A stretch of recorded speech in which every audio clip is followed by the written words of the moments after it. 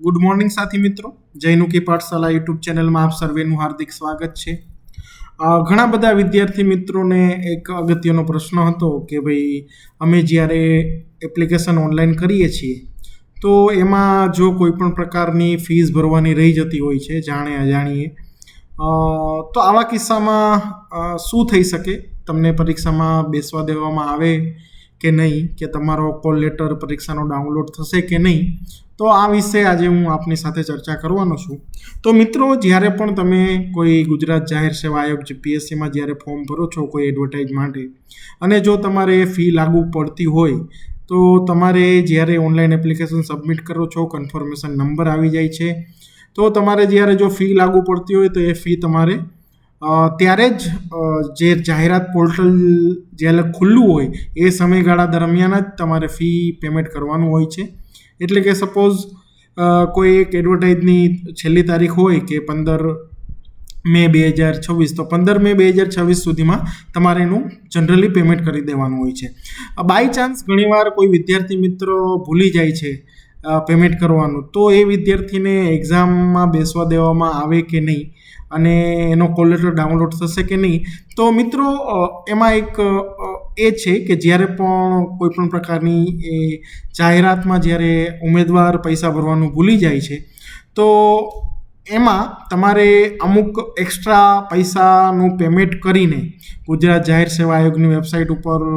અમુક એના જે ડિલે ચાર્જીસ તમારે સબમિટ કરીને તમે એનું કોલ લેટર ડાઉનલોડ કરી શકો છો. તો એવી જ અહીં મિત્રો જોઈ શકો છો કે આ જે છે પશુ ચિકિત્સા અધિકારી વર્ગ 2, હિસાબી અધિકારી વર્ગ 1, બાળ વિકાસ યોજના અધિકારી વર્ગ 2, આ બધી જ જે છે એમની જે પરીક્ષાનું છે અહીં એક શેડ્યુલ આપેલું છે. એમાં સાથે નીચે તમે ચેક કરશો મિત્રો કે ભાઈ અહીં નોંધ આપેલી છે કે જ્યારે પણ ઓનલાઈન અરજી ફી ભરેલ નથી એવા વિદ્યાર્થીઓ માટે, ખાસ કરીને જેને ફી ભરવાની થતી હોય છે અને એવા વિદ્યાર્થીઓએ ઓનલાઈન ફી ભરેલ નથી, તો એવા વિદ્યાર્થીઓ માટેની પ્રાથમિક કસોટીની માટે આયોગનું અહીં જે એડ્રેસ આપેલું છે એમાં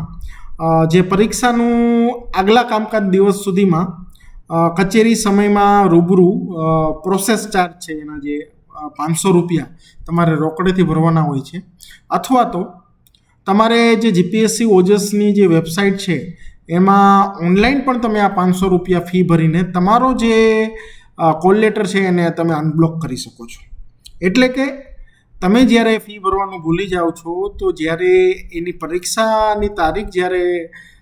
આવે અને કોલ લેટર ડાઉનલોડ કરવાની તારીખ થાય એ તારીખથી તમે જે કચેરીનો જે કામકાજનો આગલો દિવસ હોય ત્યાં સુધી તમે કચેરીમાં રૂબરૂ પણ ભરી શકો છો એ ફી, અથવા રૂબરૂ જો તમારે ના ભરવી હોય તો આ જે વેબસાઇટ છે જીપીએસસી ઓજસ gujarat.government.in એના જે ફી મેડ્યુલમાં પ્રોસેસિંગ ફી તમે 500 રૂપિયા ભરશો તો તમારું ત્યાં જે કોલ લેટર છે એ તમે ડાઉનલોડ કરી શકશો. એટલે કે એવા ઉમેદવાર જે કોલ લેટર ડાઉનલોડ કરો નહીં થતો કારણ કે એમને ફીસ નથી ભરેલી, તો એવા ઉમેદવારોએ હું તમને અહીં લાઈવ પણ ડેમો દેખાડીશ કે કેવી રીતે આપણે એને ડાઉનલોડ કરી શકીએ. તો મિત્રો, અહીં જે વેબસાઇટ છે જીપીએસસી, એના ઉપર આપણે ક્લિક કરીશું. આપણે જેવું જ ક્લિક કરીશું તરત જ આ રીતનું હોમ પેજ ખોલી દેશે અને હોમ પેજમાં તમારે ફીઝ ઉપર ક્લિક કરવાનું છે. ફીઝમાં અહીં છેલ્લું ઓપ્શન છે processing fee to unblock call letter, એના ઉપર ક્લિક કરવાનું છે. અહીં જે એડવર્ટાઇઝ હશે જેની એક્ઝામ થવાની હોય, જેનો કોલ લેટર ડાઉનલોડ થવાનું સ્ટાર્ટ થઈ ગયું હોય, એવા માન લો કે તમે chief scientific officer, veterinary officer class 2, senior scientific officer, veterinary officer, forest and environment, તો એમાં જ્યાં તમારે બાકી રહી ગયું હોય તો અહીં સપોઝ અહીં સિલેક્ટ કરીએ, પછી જેવો જ અહીં કન્ફર્મેશન નંબર અને ડેટ ઓફ બર્થ અને અહીં કેપ્ચા નાખીશ તો તરત જ મારે અહીં ક્લિક કરવાનું છે ઓનલાઈન પેમેન્ટ ફોર ફીસ, અને જે 500 રૂપિયા છે એ ફીસ ભરીને તમારી આ રિસિપ્ટ હશે એ રિસિપ્ટની ઝેરોક્સ કરી લેવાની છે અને ત્યારબાદ તમે સરળતાથી થોડો સમય તમારે રાહ જોવાની, અને રાહ જોયા પછી તમે થોડા સમય બાદ અહીં તમારું જે કોલ લેટર છે એ કોલ લેટર ડાઉનલોડ ઉપર તમે જેવી જ રીતે ક્લિક કરશો, સપોઝ અહીં છે પ્રિલિમિનરી એક્ઝામ, તો અહીં જે અત્યારે એક્ઝામ થવાની છે એના કોલ લેટર અહીં દેખાય છે. તો સપોઝ તમે આ જીપીએસસી વેટનરી ઓફિસરનું પેમેન્ટ બાકી હતું એ ભર્યું અને ત્યારબાદ તમે થોડો સમય રાહ જોવાનું, પેમેન્ટ અપડેટ થાય, તમારું પેમેન્ટ સ્ટેટસ ચેક કરી લેવાનું, પેમેન્ટ સ્ટેટસ ચેક થઈ જાય કન્ફર્મ, ત્યારબાદ અહીં તમારે જે છે કન્ફર્મેશન ને ડેટ ઓફ બર્થ નાખીને તમે કોલ લેટર ડાઉનલોડ કરી શકશો. તમારું જે પેમેન્ટ થયું છે કે નહીં એને તમારે જોવું હોય પેમેન્ટ સ્ટેટસ, તો ફરીથી અહીં processing fee to unblock call letter અને અહીં ચેક યોર પેમેન્ટ સ્ટેટસ ઉપર તમારે ક્લિક કરવાનું છે. એમાં ફરીથી તમારે અહીં આ advertise confirmation number, birth date, અહીં કેપ્ચા નાખીને એકવાર પેમેન્ટ થઈ જાય પછી ચેક યોર પેમેન્ટ સ્ટેટસ અહીંથી તમે લઈ શકો છો. તો મિત્રો આ વાત હતી કે જે વિદ્યાર્થી મિત્રોને ઘણીવાર પ્રોબ્લેમ થતો હોય છે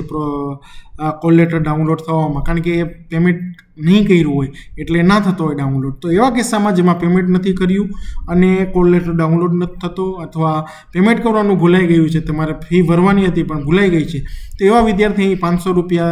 આપીને પોતાનો કોલ લેટર અનબ્લોક કરી શકે છે. મિત્રો આશા રાખું છું તમને વિડીયો પસંદ આવ્યો હશે અને આપને સમજણ પૂરી પડી ગઈ હશે. ધન્યવાદ.